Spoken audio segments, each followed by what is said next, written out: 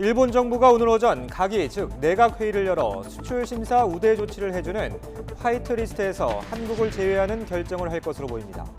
그렇게 되면 한국 수출품에 대해 3년에 한 번 포괄적으로 받던 일본 정부 허가를 매번 받아야 하는데 1,100여 개 품목이 대상입니다. 오늘 한국에 대한 일본의 수출 우대 국가 제외 여부 결정을 앞두고 문재인 대통령은 어제 관계부처 장관들을 불러 정부의 대응 수단을 총점검했습니다. 예상대로 결정이 나오면 취임 후 첫 대국민 담화를 통해서 확고한 대응 의지를 밝히는 방안도 검토하고 있습니다. 우리나라를 수출 우대 국가에서 제외할지를 결정할 일본 가기가 임박하면서 정부는 모든 가능성을 염두에 두고 다각적인 대응 방안을 검토하고 있습니다. 반도체와 컴퓨터, 정보센서, 레이저 등이 직접 영향을 받을 것으로 보여 관련 업계는 촉각을 곤두세우고 있습니다. 일본의 수출 규제 조치 이후 처음으로 한일 외교장관이 태국 방콕에서 마주 앉았지만 첨예한 입장차만 확인하고 돌아섰습니다. 일본이 기존 입장을 굽히지 않고 있는데 오늘은 두 나라가 미국과 함께 다시 한번 대화에 나섭니다. 북한이 오늘 새벽 2시 59분과 3시 23분쯤 함경남도 영흥 일대에서 동해상으로 미상의 단거리 발사체를 2차례 발사했다고 합동참모본부가 밝혔습니다. 북한의 발사체 발사는 지난 6월 말 북미 정상 간 판문점 회동 이후 지난달 25일과 31일, 오늘까지 3번째입니다. 찜통더위가 맹위를 떨치면서 울릉도와 독도를 제외하고 전국으로 폭염특보가 확대됐는데 당분간 더 심해질 것으로 보입니다. 앞으로 일주일 정도가 올여름 최대 고비로 온열 질환자가 크게 늘 것으로 우려돼 각별한 주의가 필요합니다. 굿모닝 YTN 2부 이어갑니다. 일본 정부가 수출 심사 때 우대 조치를 해주는 화이트리스트에서 한국을 제외하는 조치를 오늘 결정할 것으로 보입니다. 우리나라의 국무회의에 해당하는 일본 가기에서 결정되는데 오늘 오전에 열릴 예정입니다. 도쿄 연결해서 알아보겠습니다. 황보현 특파원. 네, 도쿄 총리 관저 앞에 나와 있습니다. 자, 지금 뒤로 보이는 곳이 총리 관저인데 오늘 그곳에서 가기가 열리는 거죠? 네, 제 뒤로 보이는 곳이 바로 총리 관저인데요. 우리로 치면은 청와대에 해당됩니다. 이 안에서 오늘 오전에 아베 총리와 강요들이 모여서 강요회의, 즉 가기를 열게 됩니다. 우리로 치면 국무회의에 해당하는데 보통 가기는 매주 화요일과 금요일에 열립니다. 오늘은 금요일이고 오전 10시에 가기가 예정이 되어 있습니다. 여기서 우리나라를 화이트 국가 리스트에서 제외하는 시행령 개정안을 처리할 가능성이 높아 보입니다. 하지만 아직까지 오늘 가기 안건으로 한국을 화이트리스트 국가에서 배제하는 시행령 개정안을 올릴 것인지 확인되지는 않고 있습니다. 현재 일본 정부가 지정한 화이트 국가는 우리나라와 미국, 영국 등을 포함해서 27개 국가입니다. 우리나라는 2004년도에 화이트 국가 리스트에 올랐는데 이번에 여기서 우리나라만을 쏙 빼겠다는 겁니다. 네, 우리나라가 화이트리스트에서 제외될 거라고 예상은 하고는 있지만 일본 정부가 구체적으로 이것에 대해서 정확하게 밝힌 적은 없죠. 네, 그렇습니다. 일본 정부가 오늘 가기에서 한국을 화이트 국가에서 제외하는 안건을 처리하겠다 이렇게 공식적으로 밝힌 적은 한 번도 없습니다. 다만 지난 7월 1일, 지난달 1일부터 24일 동안 이 시행령 개정안에 대한 일반 국민들의 의견 수렴을 했는데 그 의견 수렴이 끝난 뒤부터 일본 언론들이 오늘 가기를 열어서 오늘 처리할 것이다 이렇게 줄곧 보도를 해왔고 일본 정부도 이에 대해서 부인하지 않았습니다. 일본 정부 내부에서는 비공식적으로 오늘 가기에서 처리한다는 얘기가 기정사실처럼 회자되고 있는 것으로 전해졌습니다. 오늘 일본 조간신문들도 대부분 오늘 가기에서 처리할 것으로 일제히 보도하고 있습니다. 미국이 중재에 나섰다는 보도가 연일 나오고 있는 가운데 어제 한일 외무장관이 만나긴 했지만 일본 정부는 예정대로 처리하겠다는 입장을 줄곧 밝혀왔습니다. 미국이 중재에 응하지 않기로 했다는 일본 언론의 오늘 아침 보도도 있었습니다. 일본 정부 대변인격은 스가 요시히데 관방장관은 기존 방침에 변함이 없다면서 절차를 진행해 나갈 것이라고 말했습니다. 또 화이트리스트 배제 실무를 총괄하는 세코 히로시게 경제산업상도 절차대로 할 것이라고 말해 오늘 가기 결정을 기정사실화했습니다. 아베 총리의 최측근 인사인 아마리 아키라 자민당 선거대책위원장은 한 방송 프로그램에 출연해서 오늘 한국의 화이트리스트 제외 시행령 처리를 100% 장담한다 이렇게 말하기도 했습니다. 자, 일본이 우리나라를 화이트 리스트에서 빼려는 이유 다시 한번 짚어보죠. 네, 경제산업성이 주무부처인데 경제산업성이 홈페이지에 올린 시행령 개정안을 보면은 그 이유가 명확히 나와 있습니다. 그 개정안에는 국제 평화와 안전 유지를 위해서 한국을 화이트 국가에서 제외할 필요가 있다 이렇게 적혀 있습니다. 즉 한국이 화이트 리스트에 남아있기 때문에 국제 평화와 안전 유지가 위협받고 있는 것처럼 표현한 건데요. 한마디로 말도 안 되는 이유입니다. 속내는 우리 대법원의 강제징용 배상 판결에 대한 보복 조치라는 게 일반적인 견해입니다. 우리 대법원이 일본제철과 미쓰비시중공업 등 강제징용에 대한 일본 기업의 배상 판결을 내리고 이에 응하지 않자 국내 자산에 대한 압류에 들어가자 일본 정부가 보복에 나선 셈입니다. 하지만 이런 문제로 경제 보복을 가했다고 하면 일본이 강조하는 국제적인 룰, 즉 세계무역기구 WTO 규정에 위반되기 때문에 국제 평화와 안전이라는 것을 이유로 된 것으로 보입니다. WTO 규정의 안전 보장과 관련된 문제에서는 경제 제재가 가능하다는 예외 규정이 있는 만큼 앞으로 우리 정부가 WTO에 제소할 것에 대비해서 억지 춘향식의 이유를 갖다 붙인 것으로 보입니다. 네, 예상대로 오늘 가기에서 결정이 된다면 그 다음 절차는 뭐가 남아 있습니까? 가기에서 결정이 되면 담당 부처인 경제산업성 그리고 경제산업성을 대표하는 세코 히로시게 경제산업상이 서명을 하고 최종 결정권자인 아베 총리도 연대해서 서명을 합니다. 그런 다음에 공포 과정을 거치게 되는데 공포는 나루히토 일왕이 맡게 됩니다. 공포 이후에는 21일이 지난 다음부터 시행에 들어가게 되는 셈입니다. 오늘 가기가 결정된 후 곧바로 일왕이 공포할 수도 있고 또 며칠 시간을 두고 공포할 수도 있습니다. 어쨌든 가기 결정이 이루어지면 실제 시행에 들어가는 것은 시간 문제일 뿐입니다. 가기를 통과하면 늦어도 이번 달 말쯤에는 한국의 화이트리스트 배제 시행령 개정안이 실제 시행될 것으로 보입니다. 지금까지 도쿄 총리 관저 앞에서 YTN 황보현입니다. 청와대는 마지막까지 외교적 해결의 희망을 버리지 않겠지만 일본이 화이트리스트 배제를 강행한다면 모든 수단을 동원해 강력히 대응한다는 방침입니다. 청와대는 이처럼 마지막까지 외교적 해결에 기대를 걸고 있지만 일본이 화이트리스트 배제를 강행한다면 모든 수단을 동원해 강력히 대응한다고 이미 경고했는데요. 문재인 대통령의 대일 메시지가 나올 것인지에도 관심이 쏠리고 있습니다. 청와대 분위기 알아보겠습니다. 임성호 기자. 네, 청와대입니다.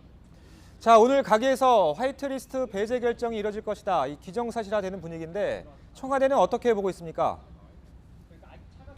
네, 청와대는 일단 모든 가능성에 대비한다는 방침입니다. 청와대 관계자는 어제도 이 일본 정부의 가기 결과에 대해서 어떠한 예단도 하지 않겠다고 말했습니다. 또 중재가 됐든 한일 간 대화가 됐든 여러 외교적 방안을 통한 해결에 대해서 문이 열려 있다고 언급했습니다. 그런 만큼 오늘 일본의 오전 가기 전까지도 물밑 접촉 등을 통해서 한국을 화이트리스트에서 제외해서 사태를 더 악화시키는 일은 하지 말라고 촉구할 것으로 보입니다. 또 미국의 중재안을 일본이 전격적으로 받아들일지 여부에도 촉각을 곤두세우고 있습니다. 앞서 미국 측은 일본의 한국에 대한 화이트리스트 배제를 포함해서 한일 양국이 추가 조치를 연기하라는 중재안을 내놓은 것으로 알려졌습니다. 일본은 그런 제안을 못 받았다고 즉각 부인했지만 우리 정부는 적극적으로 수용하겠다는 의사를 표한 것으로 알려졌습니다. 그런 점에서 일본 정부의 가기 결과가 나온 이후가 되긴 하겠지만 오늘 오후 태국에서 예정된 한미일 외교장관 회담 결과를 청와대는 주목하고 있습니다. 자, 하지만 이미 우리 정부 강경 대응을 예고한 상태죠. 네, 그렇습니다. 일본이 추가 보복을 강행할 경우에 청와대는 강력히 대응하겠다는 방침을 세우고 있습니다. 그제 열렸던 청와대 국가안전보장회의 NSC 상임위원회에서도 일본 가기를 앞두고 굉장히 강도 높은 대일 메시지를 보냈습니다. 일본이 상황을 더욱 악화시킨다면 가능한 모든 조치를 포함해서 강력히 대응하겠다고 천명했습니다. 또 어제는 문 대통령도 관계부처 장관들과 청와대 참모들을 긴급 소집해서 상황을 총점검하는 회의를 열었습니다. 이례적으로 2시간이 넘을 정도로 길게 이어진 회의였는데요. 문 대통령은 참석자들로부터 일본의 수출 규제 관련 보고를 받고 대응 방안 등을 점검했는데 한 참석자는 회의가 매우 비장한 분위기였다고 전하기도 했습니다. 청와대는 또 일본의 화이트리스트 배제에 대한 맞대응 카드로 고려해온 한일 군사정보보호협정 지소미아의 파기도 더욱 심각하게 고려할 것으로 보입니다. 자, 이 문재인 대통령의 대국민 담화 얘기도 있었는데 일단 임시 국무회의가 열릴 가능성이 크다고요? 네, 그렇습니다. 일본 정부가 오전 가기에서 우리나라를 끝내 화이트리스트에서 배제하는 결정을 내리면 청와대는 즉각 문재인 대통령 주재로 임시 국무회의를 개최하는 방안을 검토하고 있습니다. 이 임시 국무회의에서 일본의 추가 보복에 대한 입장을 정리하고 향후 대응 방안을 논의할 것으로 보입니다. 이 국무회의에서 문 대통령이 모두 발언을 통해서 일본을 향한 대일 메시지를 밝힐 것인지도 관심이 쏠립니다. 한편에서는 문 대통령이 취임 후 처음이 될 대국민 담화를 따로 발표하거나 다음 주 청와대 수석 보좌관 회의에서 대일 메시지를 발표할 수도 있다고 관측하고 있습니다. 이와 함께 이낙연 국무총리가 별도로 관계장관 회의를 소집해서 일본을 향한 메시지를 발표하거나 홍남기 경제부총리 겸 기획재정부 장관이 정부를 대표해서 대일 메시지를 발표할 가능성도 있는 것으로 알려졌습니다. 자, 임시 국무회의에서 일본의 추가 보복에 대한 대응 방안이 논의될 거라고 했는데 구체적으로 어떤 것들이 준비되고 있습니까? 네, 가장 우선적으로 추경에 대한 이 안건이 올라올 예정이었습니다. 국회 본회의에서 만약에 추가 경정 예산안이 처리됐었다면 정부는 이번 임시 국무회의에서 일본의 수출 규제 대응 세부 계획을 담은 추경 배정 계획안을 의결할 계획으로 알려졌습니다. 하지만 조금 전에 이 추경안 처리가 국회에서 오후로 연기되면서 추경 배정 계획안 의결도 이번 임시 국무회의에서는 미뤄야 할 것으로 보입니다. 다만 이 여야가 오늘 새벽에 잠정적으로 합의한 추경안의 규모는 5조 8천억 원이었는데 여기에는 일본의 수출 규제 보복 대응을 위한 긴급 예산 2,700여 원이 포함되어 있습니다. 대신 이번에 열리게 될 임시 국무회의에서는 한시적으로 특정 수입 품목의 관세를 인하해주는 할당 관세 적용 방안이나 연구개발 관련 인허가 지원 개선안 같은 효력을 신속히 낼 수 있는 시행령 개정안 등을 의결할 수도 있습니다. 또 모레는 고위 당정청 회의도 예정돼 있습니다. 여기에서도 대일 메시지와 함께 일본의 추가 보복에 대한 종합 대책을 발표할 것으로 보입니다. 단기적 방안으로는 일본의 수출 규제로 피해를 보는 품목 가운데 연구개발 세액공제를 확대하는 방안 등이 거론되고 중장기적 대책으로는 부품과 소재, 장비 경쟁력 강화와 신산업 분야 육성 등이 포함될 것으로 보입니다. 지금까지 청와대에서 YTN 임성호입니다. 정부는 일단 모든 가능성을 염두에 두고 다각적인 대응 방안을 검토하고 있습니다. 관련 업계도 불확실성이 더 커지면서 촉각을 곤두세우는 모습입니다. 백종규 기자가 취재했습니다. 영내 포괄적 동반자 협정 장관회의 RCEP에 참석하기 위해 유명희 통상부섭본부장이 출국길에 올랐습니다. 중국 베이징에서 열리는 이번 회의는 지난달 일본이 반도체 소재 세계 품목 수출 규제를 시작한 이후 아시아 통상 장관이 처음으로 만나는 자리입니다. 출국에 앞서 유 본부장은 모든 가능성을 염두에 두고 만반의 준비를 하고 있다고 밝혔습니다. RCEP의 장을 통해서도 일본의 수출 규제 조치의 부당성과 함께 영내 공급망에 미치는 부정적 영향에 대해서도 적극적으로 설명을 할 계획입니다. 이번에도 세코 히로시게 경제산업성이 우리 측 대화 제의를 거부했지만 일본과의 대화는 언제든 가능하다는 점을 거듭 분명히 했습니다. 어쨌든 저희로서는 어떠한 형태로든 언제든 대화에 열려 있다는 그런 말씀을 드리겠습니다. 고심의 한 달을 보낸 전자통신업계 관계자들도 한자리에 모였습니다. 업계에서는 우리나라가 화이트리스트에서 제외되면 반도체와 컴퓨터, 정보센서, 레이저, 항공전자 관련 업종이 직접적인 영향을 받을 것으로 보고 있습니다. 특히 반도체 관련 업종은 당장 대책을 마련해야 하는 상황이라 고민이 깊은 모습입니다. 아무래도 원자재 수급에 있어서 통상적인 일정보다 더 오래 걸리고 원활하게 수급이 안 될 경우는 생산에 차질이 있게 되니까 그 부분이 가장 중요한 부분이죠. 우리나라가 화이트리스트에서 제외되면 어떤 품목이 추가 규제 대상이 될지 가늠하기 힘든 상황인 만큼 업계의 긴장은 더욱 커지고 있습니다. YTN 백종규입니다. 일본의 수출 규제 조치 이후 처음으로 어제 한일 외교장관이 태국 방콕에서 마주 앉았지만 첨예한 입장 차만 확인하고 돌아섰습니다. 일본이 기존의 입장을 굽히지 않는 가운데 한일 양국은 오늘 미국과 함께 다시 한번 대화에 나섭니다. 김지선 기자가 보도합니다.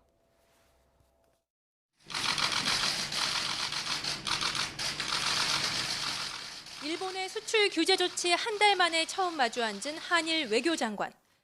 대화조차 거부해온 일본이 방콕에서 열리는 아세안 지역 안보 포럼 계기에 회담장에 나온 겁니다. 양국 관계를 반영하듯 분위기는 어느 때보다 경직됐습니다. 회담장 문이 열리고 두 장관은 굳은 표정으로 자리를 떴습니다. 50여 분 동안 첨예한 입장차만 재확인한 겁니다. 그것이 만약에 내려진다고 하면은 양국 관계에 올 그 엄중한 파장에 대해서도 분명히 얘기를 했습니다. 거기에 대해서는 확답은 없었습니다. 외교부 당국자는 우리의 거듭된 철회 촉구에도 일본이 화이트리스트 대상에서 한국을 제외하는 조치를 강행할 가능성이 커 보인다고 말했습니다.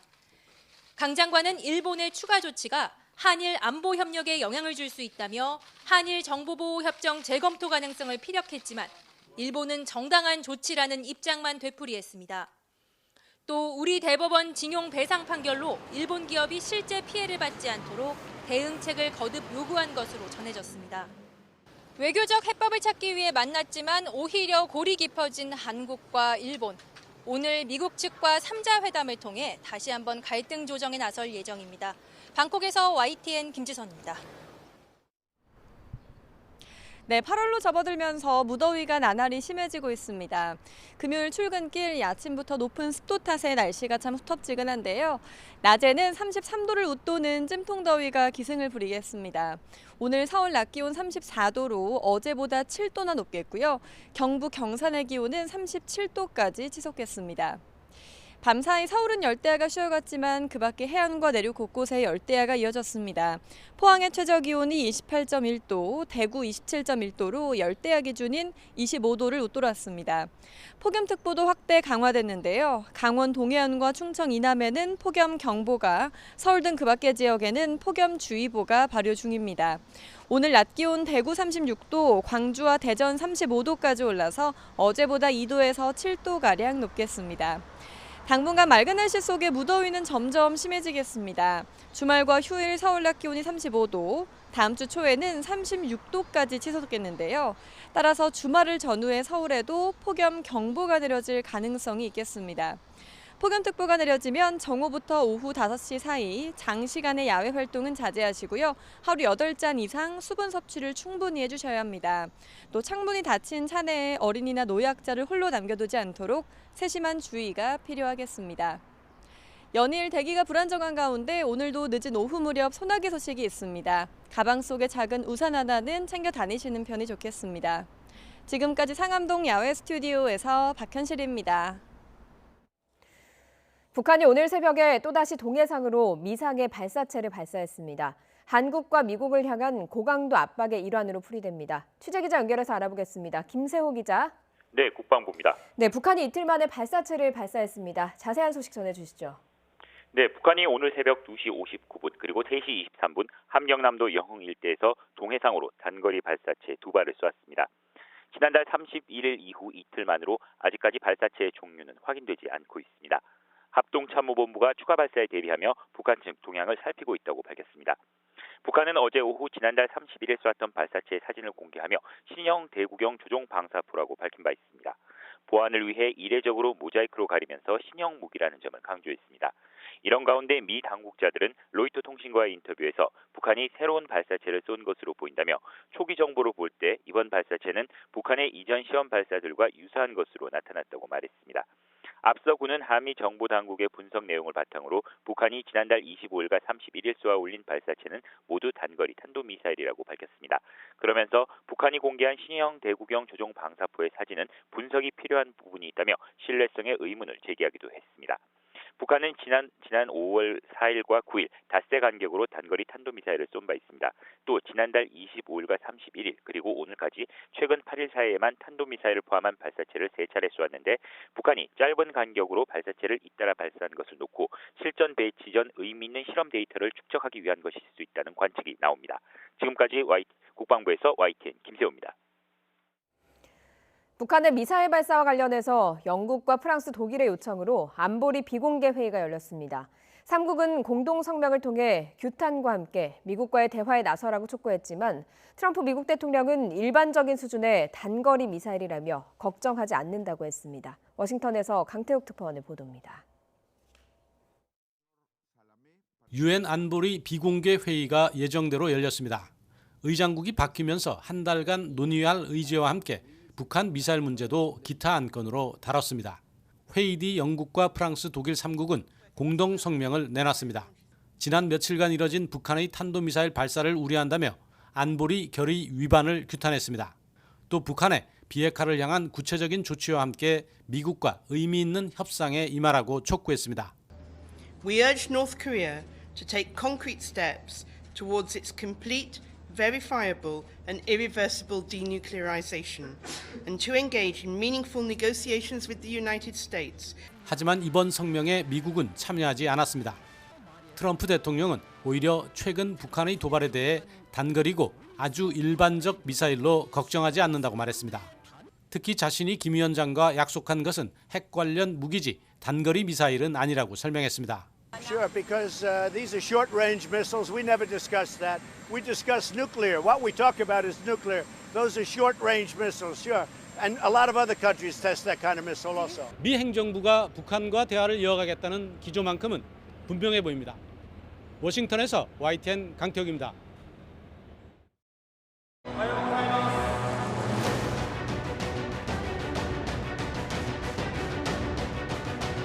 일본의 절대 우위를 하나씩 극복하며 추월해 왔습니다. 우리는 할 수 있습니다.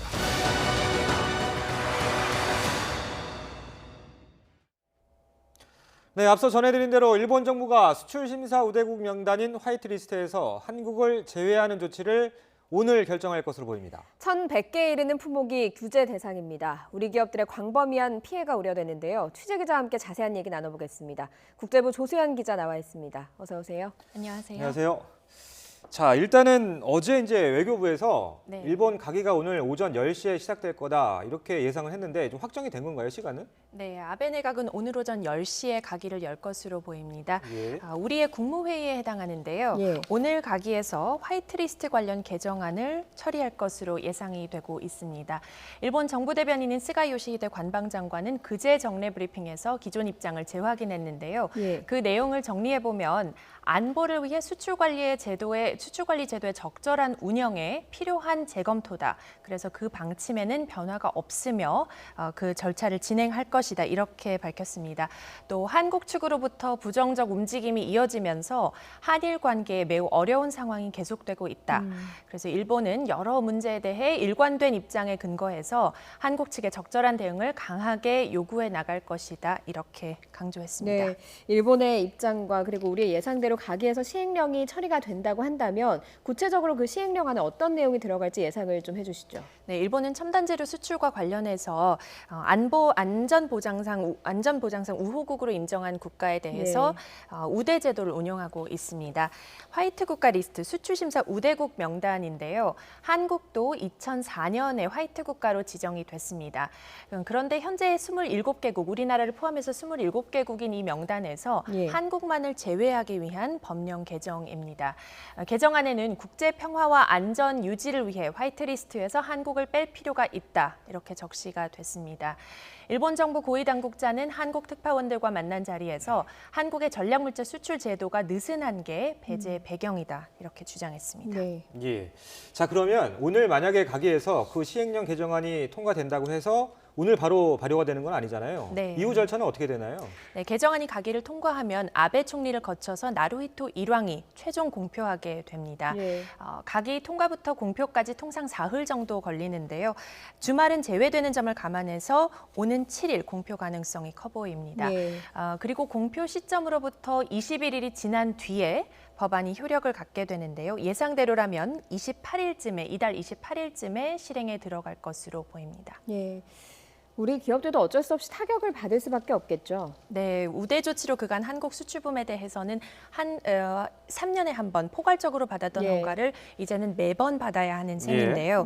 지금까지는 말씀드린 대로 여러 품목을 한꺼번에 묶어서 일본 정부의 허가를 받았다면 해당 품목을 수입할 때마다 계약별로 허가를 받아야 합니다. 경제산업성 심사 과정만 90일 정도 소요가 되는데요. 식품과 목재를 제외한 거의 모든 품목이 규제 대상이라고 보면 되겠습니다. 반도체와 디스플레이 소재뿐 아니라 첨단 소재와 전자, 통신, 그리고 센서 등 앞서 말씀하신 대로 1,100개 품목에 이릅니다. 우리 기업들의 광범위한 피해가 예상이 되는데요. 특히 대일 의존도가 높은 배터리나 석유, 정밀화학, 공작, 그리고 정밀기계 등의 타격이 불가피해 보입니다. 예. 자, 어제 이제 태국에서 한일 외교장관 회담이 있었고 오늘은 한미일 장관들이 만나잖아요. 네. 그런데 뭐 지금까지는 미국 입장이 약간 좀 중재에 거리를 두는 모습에서 변화의 기류가 좀 있는 것 같아요. 네, 그렇습니다. 도널드 트럼프 대통령은 사실 사태 초기에는 침묵을 지켰습니다. 그러다가 지난 19일이었죠. 처음으로 공식 입장을 내놓았는데요.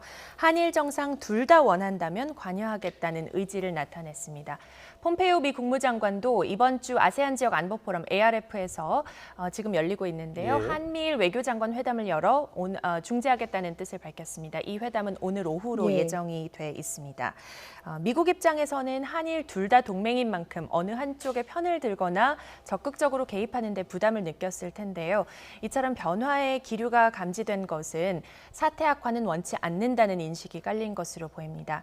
한일 갈등을 계속 방치할 경우 북한 비핵화와 중국 견제 등 한미일이 협력해야 하는 중요한 이 현안의 공조에 균열이 생길 수 있다는 우려도 반영됐다는 분석입니다. 네, 오늘 오후에 열릴 한미일 외교장관 회담을 좀 지켜봐야 할 것 같긴 한데 일단 지금 미국에서 중재안을 제시했다라는 보도가 나왔는데 이 내용은 어떤 내용입니까? 네, 일본 아세이 신문. 아사히 신문의 보도였는데요. 미국이 한일 양국에 사태 악화를 피하기 위해 자제를 촉구하며 중재안을 제시했다는 내용입니다. 구체적으로 일본에는 한국을 화이트리스트에서 제외하지 않도록 촉구하고요. 한국에는 대법원의 징용배상 판결과 관련해서 원고가 압류한 한국 내 일본 기업의 자산을 매각하지 않을 것을 촉구했다는 겁니다. 아울러 한미일 3국이 수출 규제에 관한 협의의 틀을 만드는 방안에 대해 검토하고 있는 것으로 알려졌는데요. 일본 언론은 미국의 중재안에 일본 정부가 응하지 않을 방침이라고 전했습니다. 자, 그러면은 화이트리스트 개정안이 만약에 처리가 된다면 품목이 1,100개라고는 하는데 그 1,100개를 당장 일일이 다 규제를 하는 건 또 아니라고 하더라고요. 나중에 만약에 개정안이 처리가 된다면 향후에 일본에서는 어떻게 나올까요? 우선 미국에는 화이트리스트 배제는 우리의 재량이다 이런 입장을 강조할 것으로 보이고요. 한국을 제외하기는 했지만 허가는 정상적으로 내주고 있다. 이런 점을 강조하면서 미국을 달래는 데 주력할 것으로 보입니다. 왜냐하면 경제협정도 있고 방위비 협정도 있고 미국하고 협의해야 할 게 많거든요. 미국과의 공조가 좀 깨질 수 있는 그렇습니다. 것이죠. 그래서 무엇보다 미일 공조를 우려해서 그런 점을 강조할 것으로 보이는데요. 때문에 일본은 여러 품목에 대해 신속하게 허가를 내는 모양새를 취하면서 왜냐하면 1,100개가 있지 않습니까? 그래서 여러 개에 대해서는 이렇게 우리가 신속하게 정상적으로 허가를 내주고 있다. 이런 모양새를 취하면서 정작 배터리라든지 앞서 언급한 그런 필수 품목들에 대해 한국이 타격받을 그런 품목의 심사는 지연시키는 그런 양수를 쓸 가능성이 있습니다. 일본이 장기적으로 이 문제를 끌고 갈지 아니면 변화가 있을지는 향후 미국이 어떻게 나오느냐에 따라 달라질 것으로 보입니다. 아베 총리로서는 사실 모든 한일 문제의 정점이 개헌입니다. 일본을 전쟁 가능한 국가로 만드는 그런 움직임이죠. 그런데 지난달 참의원 선거에서 여권이 3분의 2 의석을 얻지 못하면서 개헌 추진이 어려워진 그런 상황인데요. 그래서 수출 규제 조치도 개헌을 위한 한 그 일환으로 볼 수가 있겠습니다. 한일 갈등 국면이 해소되면 아베 총리가 국내에서 얻는 반사 이익도 사라집니다. 그래서 이런 분위기를 이어가면서 지지 세력을 모아서 개헌을 이루는 게 최종 목표로 보입니다. 요미우리 신문은 일본 정부가 화이트리스트 강행 방침에는 변함이 없지만 미국의 중재안과 한국의 대응을 지켜본 뒤에 향후 한국에 대한 조치를 다시 검토할 것으로 예상을 했는데요. 특히 한일 대립을 우려하는 미국의 진위를 신중히 살피면서 향후 판단할 것으로 보입니다. 예.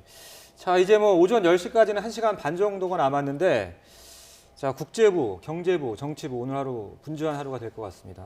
계속해서 속보 신속하게 챙겨주시기 바랍니다. 네, 알겠습니다. 여기까지 듣겠습니다. 국제부 조수영 기자였습니다.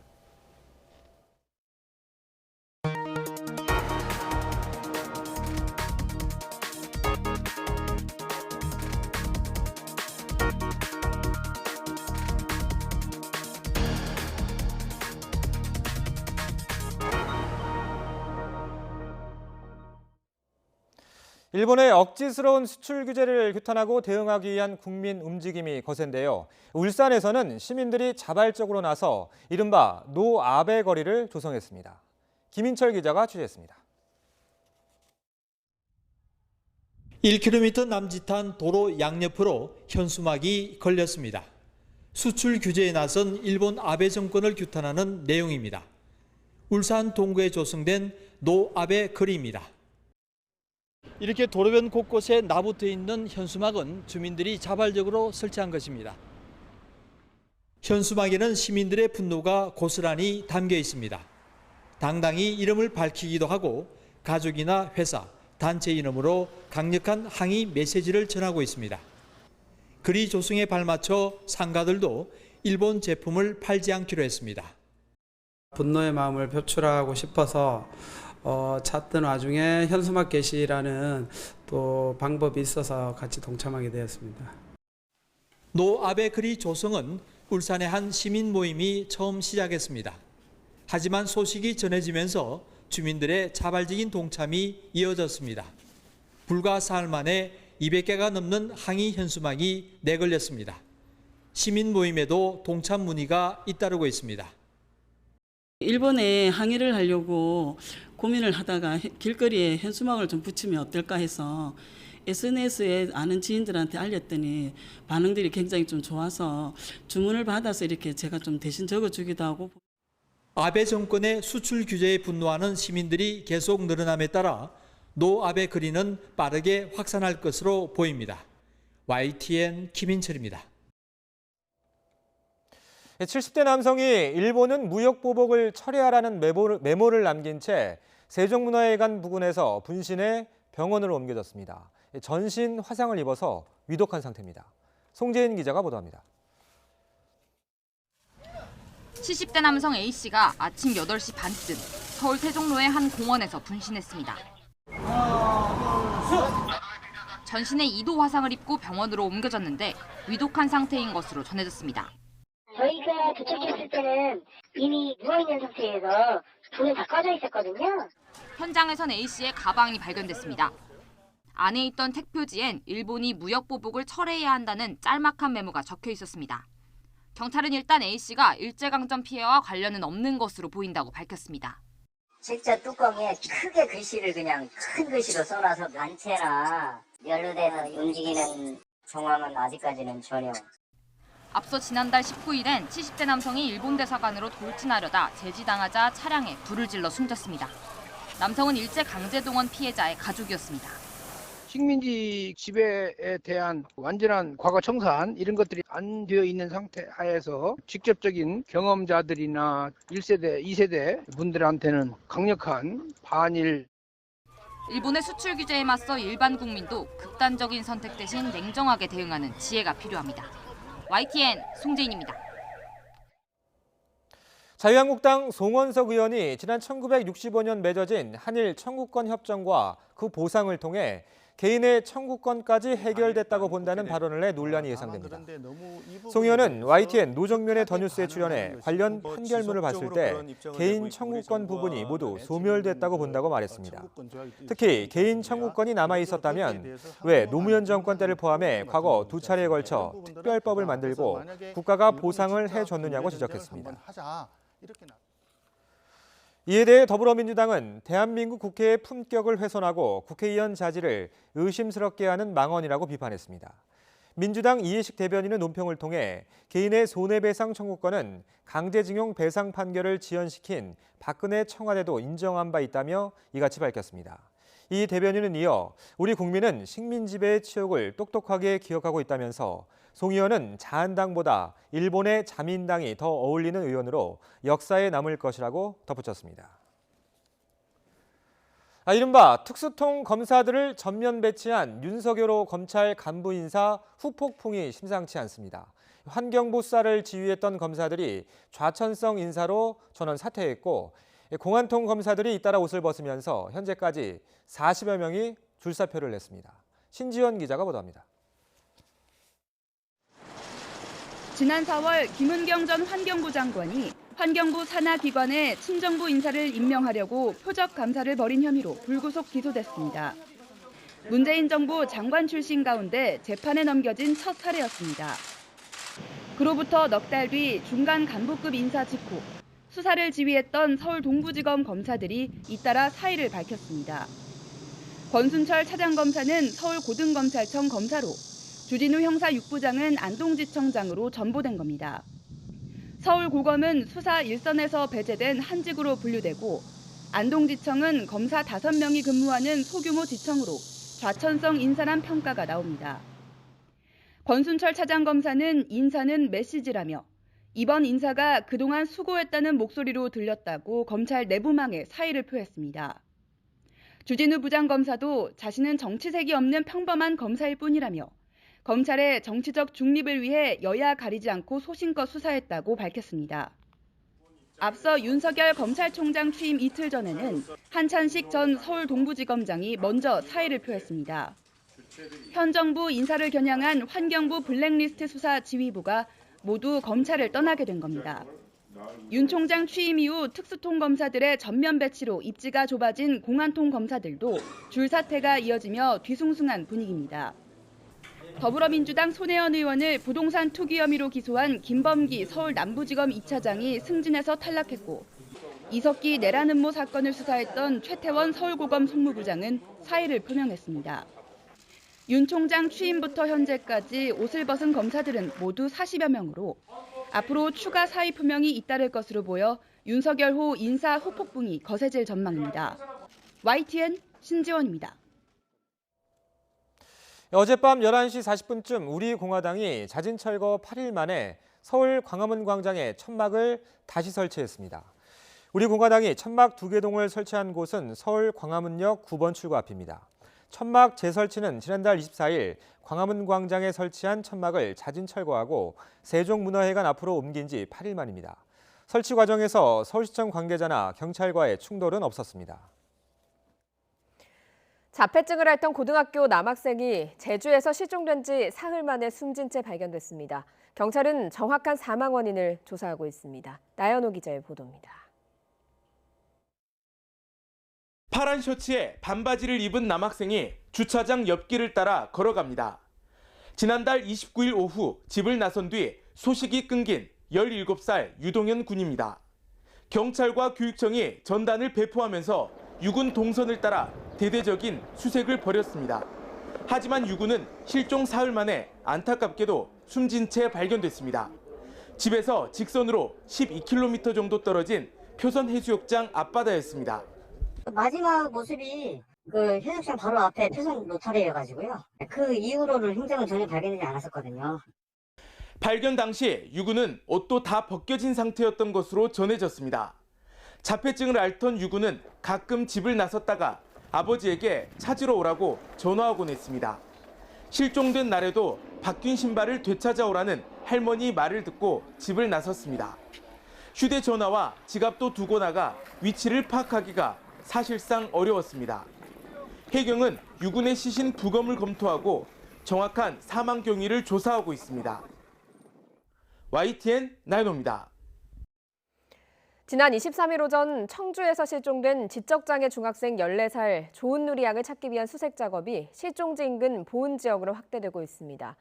경찰은 경찰, 소방특수구조대, 특공부대, 보은군 공무원 등 모두 1,400여 명을 동원해서 수색 범위를 보은 지역까지 넓혔다고 밝혔습니다. 경찰은 조양이 차를 타고 이동했을 가능성도 있을 것으로 보고 실종 전후 3시간 동안의 진출입 차량 50여 대에 대한 탐문 수사를 벌이고 있습니다. 본격적인 휴가철이 시작되면서 피서지 안전사고가 잇따르고 있습니다.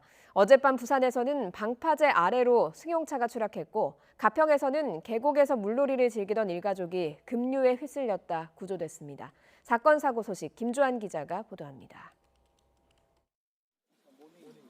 어젯밤 10시 반쯤 부산 기장군 일광면 이동방파제에서 승용차가 2.5m 정도 아래로 떨어졌습니다. 운전자 68살 진모 씨는 신고를 받은 해양경찰이 현장에 도착하기 전 무사히 차량에서 빠져나왔습니다. 진 씨는 좁은 방파제 위에서 차를 돌리다 사고를 낸 것으로 알려졌습니다. 방파제인데 방파제보다도 그 위에는 한 2.5m 되는데 폭은 지금 정확하게 한 5m 정도밖에 안 납니다. 조금은 이제 거기서 돌리다가 빠진 것 같습니다. 경기도 가평군 재령리의 한 계곡에서 119 구조대원들이 휴대용 조명기에 의지한 채 구조에 한차입니다. 고무보트를 타고 물놀이를 즐기던 47살 이모 씨와 자녀 3명이 급류에 휩쓸렸다 내려가다 바위에 고립된 것은 어제 저녁 7시 54분쯤. 이들 가족은 119 구조대원들에 의해 2시간여 만인 밤 9시 50분쯤 무사히 구조됐습니다.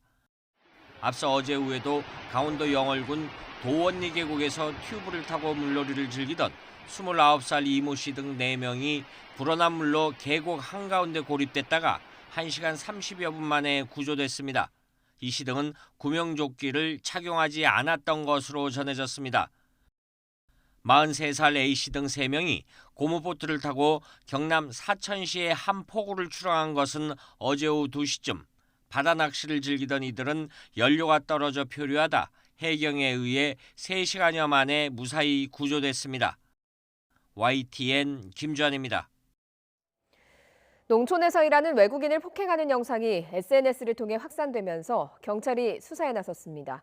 광주 광산경찰서는 우즈베키스탄 고용노동부 한국주재사무소가 외국인 폭행 영상의 당사자를 찾아서 처벌해달라는 고발장을 경찰에 제출해 수사에 착수했다고 밝혔습니다. 해당 영상에는 한 농촌 일터에서 농장 관리자로 보이는 한 남성이 외국인 남성에게 거친 욕설을 하며 머리를 때리거나 발로 걷어차는 장면이 담겨 있습니다. 폭행을 당한 외국인 남성은 우즈베키스탄 출신으로 추정되지만 가해자와 촬영 장소 등은 아직 밝혀지지 않은 상태입니다. 민주노총 조합원 30여 명이 청와대 앞과 고용노동청, 대검찰청 청사 등에서 불법 집회를 연 혐의로 재판에 넘겨졌습니다. 서울중앙지검 공공형사수사부는 김수영 민주노총 기아차 비정규직 지회장 등 31명을 집회와 시위에 관한 법률 위반 혐의로 지난달 불구속 기소했다고 밝혔습니다. 김 지회장은 지난해 9월 20일부터 17일간 서울지방고용노동청 4층에서 점거 농성을 벌이면서 현대기아차 불법 파견자들의 정규직 전환 문제 해결에 정부가 직접 나서달라고 요구했습니다. 오디션 프로그램 프로듀스 X 101 팬들로 구성된 진상규명위원회가 투표 조작 논란과 관련해서 제작진을 검찰에 고소했습니다. 팬들이 속인 건 사기죄, 탈락한 연습생 소속사에 대해서는 업무 방해죄에 해당한다고 주장하고 있습니다. 만약 조작 의혹이 사실로 드러난다면 처벌될 수 있을까요? 박기환 기자가 취재했습니다. 프로듀스 X 101 팬들로 구성된 진상규명위원회가 엠넷 제작진에 대한 고소고발장을 검찰에 제출했습니다. 제작진이 조작 사실을 숨기고 건당 100원의 유료 문자 투표를 하게 해 시청자들을 속이고 탈락한 연습생들의 데뷔를 위해 지원해온 소속사들의 업무도 방해했다고 주장했습니다. 고소인들이 더욱더 바라고 있는 점은 국민 프로듀서가 아이돌을 선발한다는 프로그램의 당초 취지에 맞게 투표 결과가 투명하게 공개되어야 한다는 점입니다. 투표 조작 의혹이 범죄로 인정될지는 엠넷 측 주장대로 과실이었는지 아니면 누군가 고의로 조작을 했는지 가리는 게 관건입니다. 투표 결과를 고의로 조작한 사실을 숨긴 채 국민투표로만 아이돌 그룹이 선발되는 것처럼 홍보하고 문자투표 이용료를 받았다면 사기죄가 성립될 가능성이 큽니다. 다만 투표가 조작됐더라도 제작진이 탈락한 연습생 소속사에 업무를 어떻게 방해했는지는 입증하기 어려울 수 있다는 의견이 많습니다. 오히려 제작진이 투표를 조작했고 CJ ENM 본사가 이 사실을 몰랐다면 CJ의 업무를 방해한 혐의가 적용될 수 있습니다. 청탁이나 뇌물을 받은 면접관이 회사 모르게 일부 지원자를 뽑는 채용 비리가 업무 방해죄로 처벌되는 것과 마찬가지입니다. 제작진과 일부 소속사가 순위 조작을 위해 뒷거래한 사실이 드러난다면 CJ ENM 본사에 대한 업무상 배임죄 적용도 가능합니다.